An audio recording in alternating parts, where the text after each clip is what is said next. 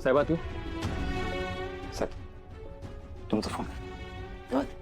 एक साधा मेसेज नाही आपला फोन काम करत नाही दुसऱ्याचा फोन घ्यायचा त्याच्यावरून कॉल करायचा पण सारखी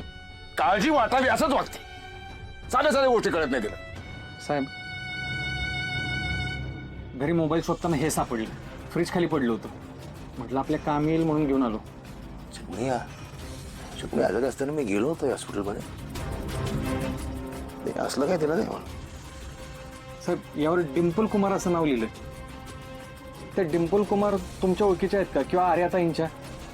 काय किंवा ते अजित कुमार साहेब आणखी एक गोष्ट मी आता घरी गेलेलो ना तेव्हा घराला कुलूप होतं काय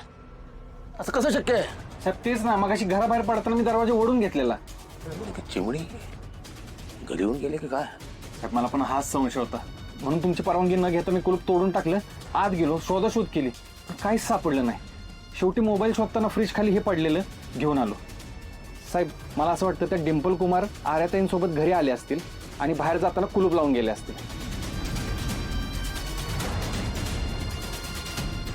डिम्पल कुमार लाले अगं किती उत्साहानं करतेस ग समजा हे तू समजा घरातलं काम आनंदाने हौसेने करत असतीस तू नशीब काढलं बघ माझ्या गोपाळनं तुझ्यासारखी बायको मिळायला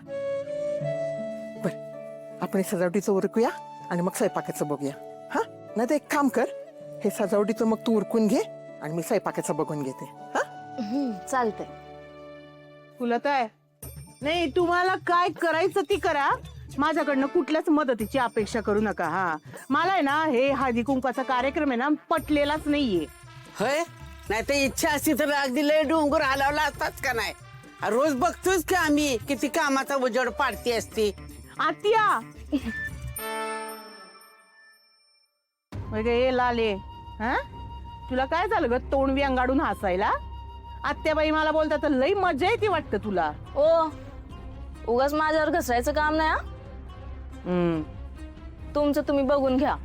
उगाच आजीचा राग माझ्यावर नाही काढायचा आधीच सांगून ठेवते हा तर आला चेव आणि केला देव अशी गत आहे तुमची सगळ्यांची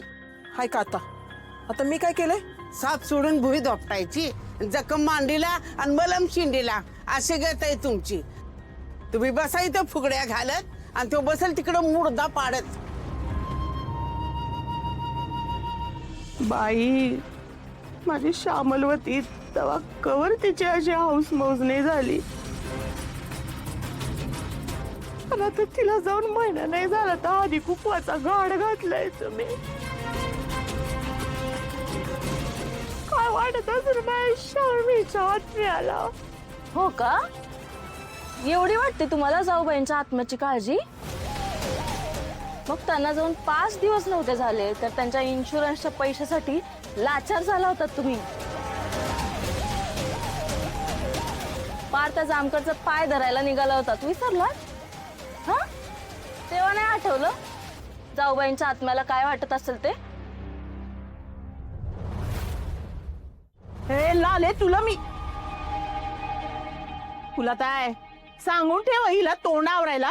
हा नाहीतर ना माझ्यासारखी वाईट बाई कोण नाही रंजे मग ती चुकीचं काय बोलतीये ग ऐका आता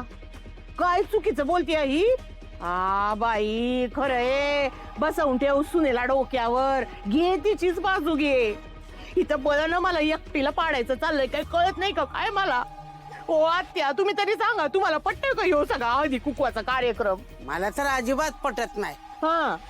ए फुले तू नको येडेपणा करू गावात इथं मुर्द पडत्या ती आणि तू कशाला ग त्या हळदी कुंकाच्या कार्यक्रमाचा घाट घातलायस आत्या तिचे काय बाहेर वंगाळ घडतंय ना ते आपल्या घरापत्र पोचू नये म्हणून मी समजा करतेय मला काय हाऊस नाही डॉक्टर भेटायचं डॉक्टरांची अपॉइंटमेंट घेतली का मुलीचे आहे मी तब्येत ठीक आहे माझी तुमच्या या हॉस्पिटलचं सीसीटीव्ही फुटेज चेक करायचं मला अहो साहेब आम्ही सगळी सरकारी मान्यता असलेली औषधं वापरतो आणि गर्भलिंग तपासणी पण आम्ही येथे करत नाही बेकायदेशीर काहीच करत नाही साहेब त्याशिवाय डॉक्टर नर्सेस सर्व वेल एज्युकेटेड लोक आहेत होय तुला कोणी विचारलंय का तुला जेवढं विचारलंय तेवढं सांग फुटेज दाखव अहो साहेब मी फुटेज नाही असं दाखवू शकत हे तुमचंच आहे ना हो माझ्या घरात सापडलंय, पण याच्यामध्ये रिपोर्ट्स नव्हते. कोणाचे रिपोर्ट्स होते, कोण आलं होतं, हे सगळं तपासायचंय मला. बघ जरा, मॅटर सिरियस आहे.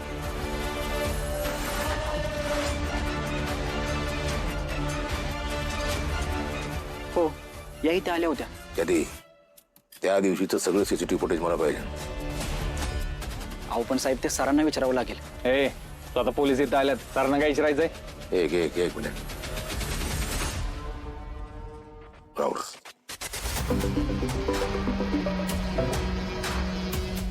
बोला जामकर साहेब. एका महत्वाच्या केसच्या संदर्भात तुमच्या हॉस्पिटलचं सीसीटीव्ही फुटेज मला तपासायचंय. तुमचा हा कर्मचारी आम्हाला काही ते करू देत नाही. काय करता येईल?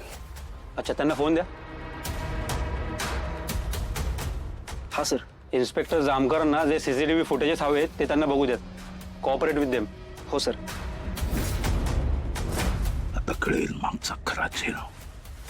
हा सीसीटीव्हीच मला माझ्या आर्यापर्यंत घेऊन जाईल.